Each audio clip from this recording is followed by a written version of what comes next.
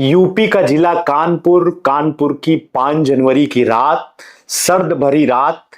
एक लड़की जो अपने घर से बाहर निकलती है, पहले से ही घात लगाए बैठे एक वर्दीधारी दरोगा और एक यूट्यूबर एक स्कॉर्पियो गाड़ी में उस लड़की को जबरदस्ती खींच लेते हैं, उसको बैठाते हैं। लड़की चीखती चिल्लाती है, उसको ले जा करके एक रेलवे ट्रैक के किनारे जबरदस्ती उसके साथ गैंग रेप करते हैं।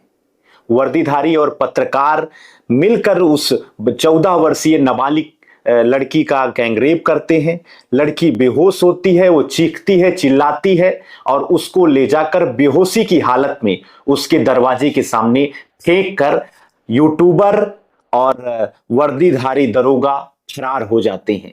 ये किसी फिल्म की कहानी नहीं है, ये वास्तविक घटना है, सच्ची घटना है और घटित हुई है 5 जनवरी 2026 को कानपुर में 14 वर्षीय एक लड़की का गैंगरेप किया जाता है और न्याय के लिए पिछले 3 दिन से वो नाबालिग लड़की भटक रही है, दर दर की ठोकरें खा रही है। जी हाँ, नमस्ते, मेरा नाम है अंजनी तिवारी और आप देख रहे हैं गांव देहात। उत्तर प्रदेश में सीएम योगी आदित्यनाथ की सरकार है।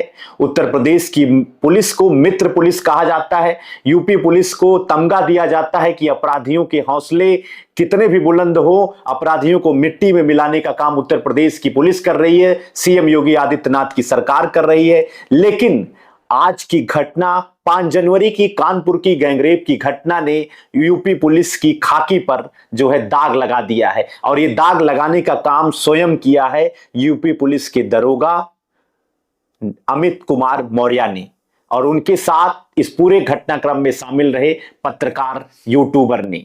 जी हाँ, ये घटना 5 जनवरी की है। 5 जनवरी को ये जो पूरी घटना हुई, इसके बारे में आज के इस वीडियो में हम आपको जानकारी देंगे। साथ ही साथ आपको बताएंगे कि पुलिस की ओर से क्या कार्रवाई की गई है, किस तरीके से थाने के पुलिस वाले इस दरोगा को बचाने का पूरा प्रयास कर रहे थे, किस तरीके से कोर्ट ने जब फटकार लगाई तब विवेचक को ज्ञान आया। साथ ही साथ इस पूरे मामले में अभी तक कितना कुछ न्याय इस 14 वर्षीय बालिका को मिला है, इस पूरे विषय पर हम आज की अपने इस वीडियो में आपको जानकारी देंगे। पूरा मामला है कानपुर के जो है खुद वर्दीधारी एक दरोगा की ओर से ये हैवानियत की गई है और गैंगरेप करके उस बच्ची को उसके दरवाजे पर फेंक दिया गया। मामला 5 जनवरी को है, करीब रात के 12 बजे उस पीड़िता ने जो है जब वो हाउस में आई तो अपने भाई की मदद से उसने पुलिस को कॉल किया और कॉल करने के बाद जब वो थाने पर गई तो वहां पर जो है दरोगा ने उसको डांट कर भगा दिया। उसका मामला नहीं दर्ज किया, ना ही किसी प्रकार की उसकी मदद की गई और बाद में जो है पुलिस कमिश्नर से मिलने के बाद जब पीड़िता ने उनको शिकायत पत्र दिया तब जाकर के गैंग रेप और अपहरण की धारा में मुकदमा दर्ज किया गया। ये दरोगा अमित कुमार हैं और यूट्यूबर शिव बरन यादव जिनका नाम है। दो जो है आरोपियों ने एक स्कॉर्पियो गाड़ी में उस नाबालिग जो है लड़की के साथ इस दुष्कर्म की वारदात को अंजाम दिया था। पुलिस वालों ने शुरुआत से ही जो है उस दरोगा के प्रति नरमी दिखाई और उन्होंने विशेष धाराओं में मुकदमा भी नहीं दर्ज किया, धारा ही नहीं बढ़ाई। लड़की 14 साल की थी, उसके साथ गैंगरेप किया गया था, उसके बावजूद भी पॉक्सो जैसी धाराओं में मुकदमा दर्ज नहीं किया गया था।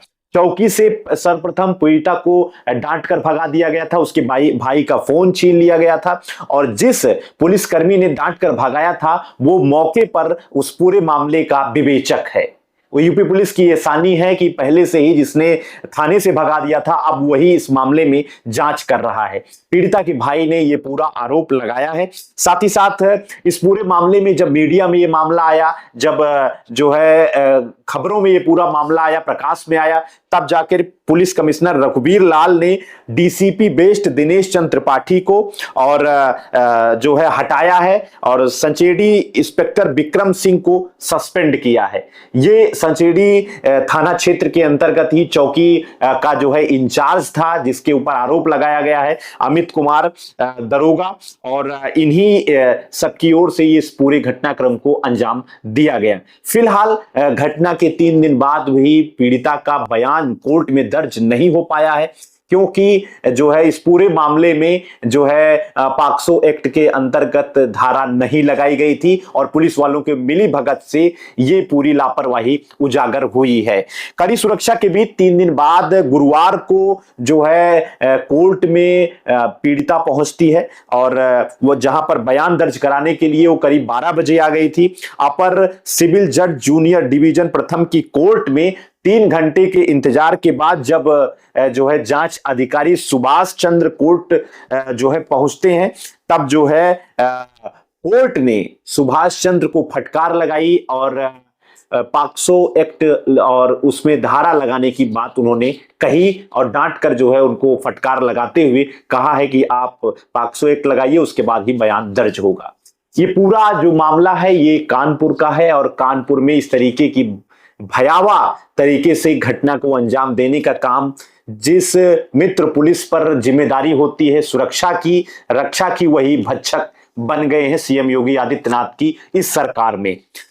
इस पूरे मामले में जो पीड़िता का भाई है उसने कहा कि शुरू से ही दरोगा को बचाने के लिए, अपने विभाग के जो है पुलिसकर्मी को बचाने के लिए पुलिस काम कर रही थी और पिछले 3 दिनों से वो और वो अपनी बहन के साथ चक्कर लगा रहा है, दौड़ाया उसको जा रहा है, लेकिन अभी तक बयान भी दर्ज नहीं कराया गया है। पीड़िता के भाई ने कहा कि उसको धमकियां भी दी गई, 10 लाख रुपए लेकर मामले को रफा दफा करने की भी बात कही गई और इसमें जो विवेचक हैं दरोगा सुभाष चंद्र, उन्होंने उसकी एक भी बात को नहीं सुना था और वो यूट्यूबर जिसके ऊपर आरोप लगाया गया है, जिसे पुलिस ने गिरफ्तार करके जेल भेजा है, जिसका नाम शिवबरन यादव है, वो घटना के अगले दिन उसके घर पे पहुंचता है और कहता है कि अगर उसकी शिकायत की, उसका नाम आया तो वो चौकी में जा करके मारेगा। और जब वो घर पर पहुंचा था तो पीड़िता ने उसको पहचान लिया था और वहीं से ही पुख्ता हो गया था कि इस पूरे घटनाक्रम में वो शामिल है जिसके ऊपर आरोप लगाया गया था। ये जो है पूरा आरोप जो है लगाया गया है दरोगा विवेचक सुभाष चंद्र के ऊपर भी लगाया गया है और पीड़िता का भाई क्या कुछ कहता है उसका भी बयान हम आपको सुनवाते हैं। हाँ, धमकी बराबर मिल रही है कि पैसा ले लो, मामला खत्म हो जाएगा। आज बयान हुआ? आज भी बयान नहीं हुआ। मैं सुबह से आके बैठा हूँ और बहन बता रही भैया कि ना ही तो कुछ जहाँ पे रखते हैं सेफ्टी सही से है, मैं घर चलूंगी। भैया रो रही थी, अब बताओ मैं क्या करूँ। क्या कह रही थी बहन? और ये जो लड़का जो अभी बोल रहा है मैं मुजरिम नहीं हूँ, ये लड़का सीधे घर पे जा करके हमारे भाई से बोल रहा है अगर मेरा नाम आया तो मैं चौकी में तुम्हें मारूंगा। और लड़की पहचान रही, मेरी बहन पहचान रही इसी को। ये लड़का झूठ बोल रहा है, मेरी बहन इसको पहचान गई है तो ये अब बोल रहा है कि मुझे झूठा फंसाया जा रहा है। लड़की जब घर आएगी तब आप खुद ही पूछना, इसकी फोटो दिखाना तो वो बताएगी। इसने और एक दरोगा ने मिलकर उसके साथ गंदी हरकत की है। बस हमें इंसाफ चाहिए। आज भी बयान नहीं हुआ? आज भी बयान नहीं हुआ, कल भी नहीं हुआ, 2 दिन से दौड़ रहे हैं, पता नहीं क्या चल रहा है। मतलब वो 3 दिन से घर नहीं गई है, क्या बीत रही है उस पर। अब हमें वो रो के बता रही भैया हम घर चलेंगे, ना वो खा रही है ना सही से सो रही है, वो परेशानी की वजह से कह रही मुझे घर ले चलो भैया, ना ही ये घर भेज रहे हैं। क्या चल रहा है ये कानून? सरकार बच्चियों के साथ, छोटी बच्ची है, मेरी बहन है, ना मेरी माँ है, ना मेरे बाप अपाहिज हैं, चल फिर पाते नहीं है। ये पता नहीं क्या कर रहे हैं, मुझे कुछ समझ में नहीं आ रहा है। बस मुझे इतना न्याय फटाफट दिलाइए, नहीं तो सर मैं फिर से कार्रवाई करवाऊंगा। फिर बाद में मत बोलना कि सर मतलब ये सब क्या कर रहे हो। बस मुझे न्याय मिल जाए बस। और तो ये उत्तर प्रदेश की पुलिस है, मित्र पुलिस है कि पहले जबरदस्ती अपहरण करती है, बालिका के साथ रेप करती है, रेप करने के बाद जो है जो बेहोशी की हालत में दरवाजे पर फेंक कर वो चली जाती है। दोबारा जब वो मुकदमा दर्ज कराने के लिए, शिकायत दर्ज कराने के लिए पीड़िता थाने पर जाती है, तब वहां पर उसको डांट कर भगा दिया जाता है। 3 दिन तक लगातार वो दौड़ती है, तब जाकर पुलिस कमिश्नर के जो है चक्कर लगाने के बाद उसका मुकदमा दर्ज किया जाता है और नाबालिग के साथ रेप होता है। उसके बावजूद भी पुलिस इतना ज्यादा लापरवाही का काम करती है कि पॉक्सो एक्ट भी नहीं लगाती है।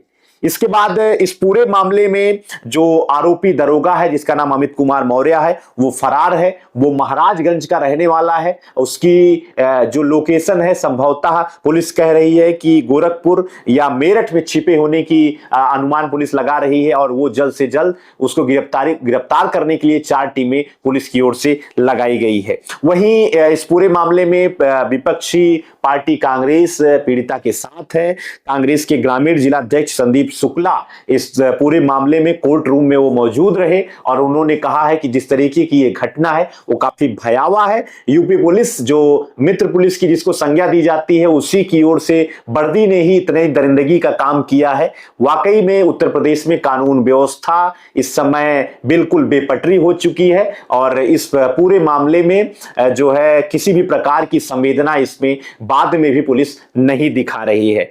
इस पूरे प्रकरण में एडिशनल सीपी विनोद कुमार सिंह का भी बयान सामने आया है और उन्होंने कहा है कि पीड़िता और उसके भाई को कोई धमकाता है तो उसके खिलाफ सख्त से सख्त कार्रवाई की जाएगी।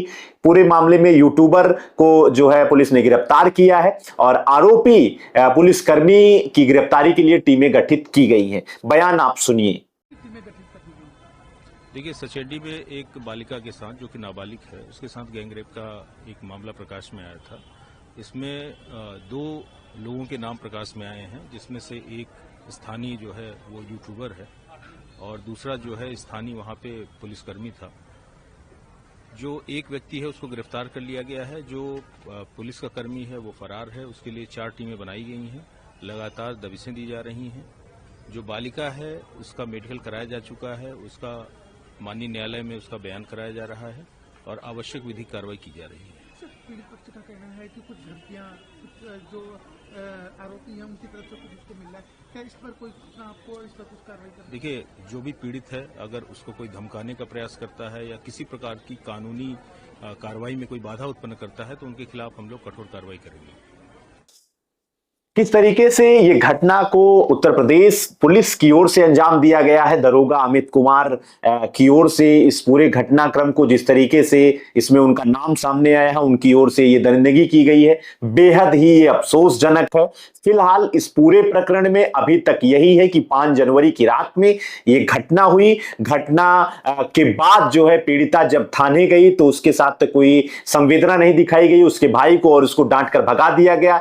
पुलिस कमिश्नर के चक्कर लगाने के बाद ये मुकदमा दर्ज हुआ और इस पूरी घटना पर हमारी नजर बनी है। गांव देहात की टीम आपको ऑथेंटिक जानकारी गैंगरेप कानपुर की घटना के बारे में अभी तक जो भी पीड़िता को न्याय मिला है उसके बारे में आपको जानकारी हम उपलब्ध कराते रहेंगे। गांव देहात के साथ आप जुड़े रहिए। चैनल पर अगर आप नए हैं कृपया चैनल को सब्सक्राइब कर लीजिए। देखते रहिए गांव देहात। आपका बहुत बहुत धन्यवाद।